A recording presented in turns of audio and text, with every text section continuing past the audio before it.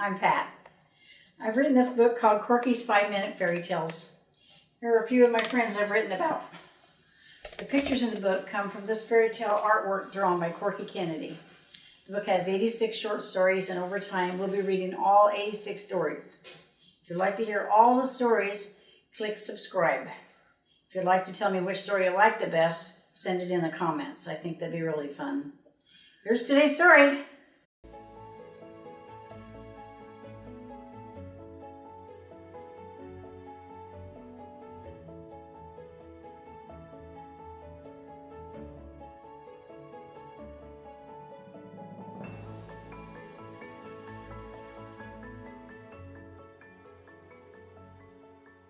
Cinderella, page 19.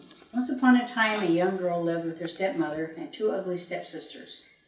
They were all very mean to her, and they nicknamed her Cinderella because she spent so much time working with the fireplace cinders.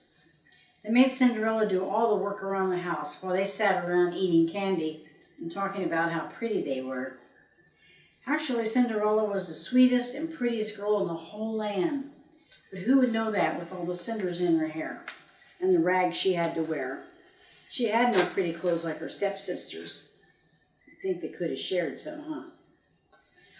One day the king announced there would be a grand party at the palace so his son, the prince, could choose a wife. Every girl in the land was invited. When the 2 stepsisters heard this, they laughed at the idea of Cinderella going. "After all," said one stepsister, "you have nothing to wear but rags." "Of course she could go in her rags, but she could never wash all the cinders from her hair," laughed the other ugly stepsister. Cinderella helped them with the pretty clothes, put their hair up in curls, and ran all over the house, fetching fans and jewelry. She told her stepsisters they looked lovely, but there was no way to make such cruel, ugly girls look really pretty, no matter how hard she tried. Her stepsisters left for the ball. Poor Cinderella, she sat by the fireplace and wept. She would have liked to go to the ball just to get out of the house and have some fun.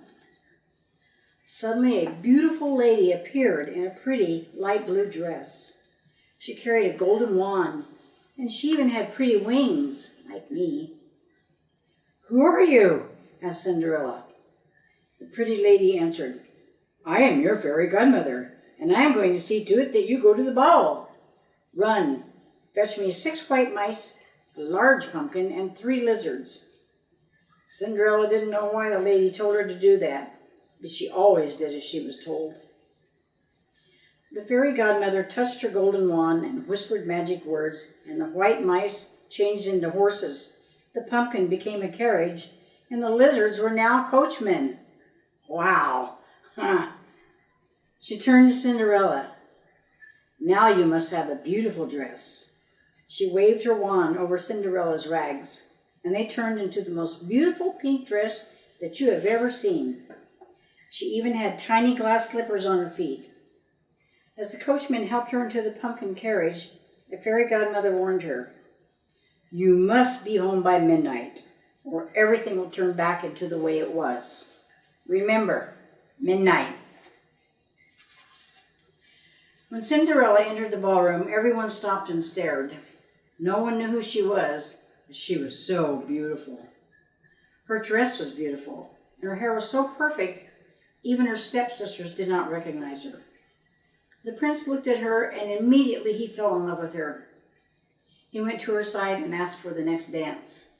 They danced the rest of the evening together, and the prince never left her side.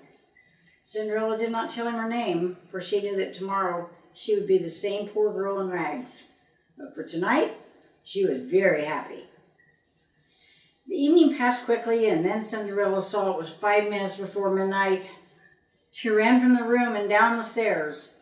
In just 5 minutes, her white horses would become white mice, and her gown would become rags. In her haste, she lost one of her glass slippers on the steps of the palace. The prince ran after her, yelling for her, "Stop!" But she kept running, jumped into the carriage, and was off. All the prince had left of her was the tiny glass slipper.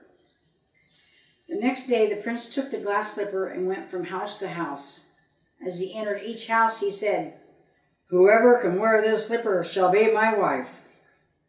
Every girl in town tried on that slipper, but no girl could get it over her toes. Must have been really little. Finally, he came to Cinderella's home. She watched from the kitchen as her stepsisters wriggled their toes and squirmed around, but they could not get that slipper on. Then Cinderella came from the kitchen and asked, "Please, may I try the slipper?" Her stepsisters laughed, but the prince took the slipper and slipped it onto Cinderella's foot. "Was it really you that I danced with at the ball?" he asked. "Yes, and here is my other slipper to prove it," she answered. Suddenly her fairy godmother appeared, turned her rags into the same beautiful pink dress. "Cinderella, please come with me to the palace and become my bride," begged the prince. Now that Cinderella was to marry the prince, the two stepsisters and their mother dropped to their knees before Cinderella. "Oh, please forgive us for treating you so badly," they begged. Cinderella was such a sweet and forgiving girl that she forgave them immediately. "Of course I will forgive you. You've taught me many things about working in this life. If my husband also wishes it, you can come and live at the palace with us.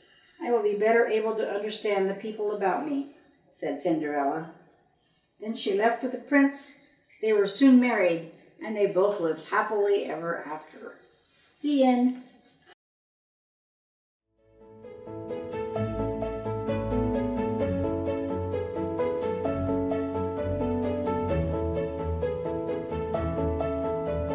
Hope you liked today's story.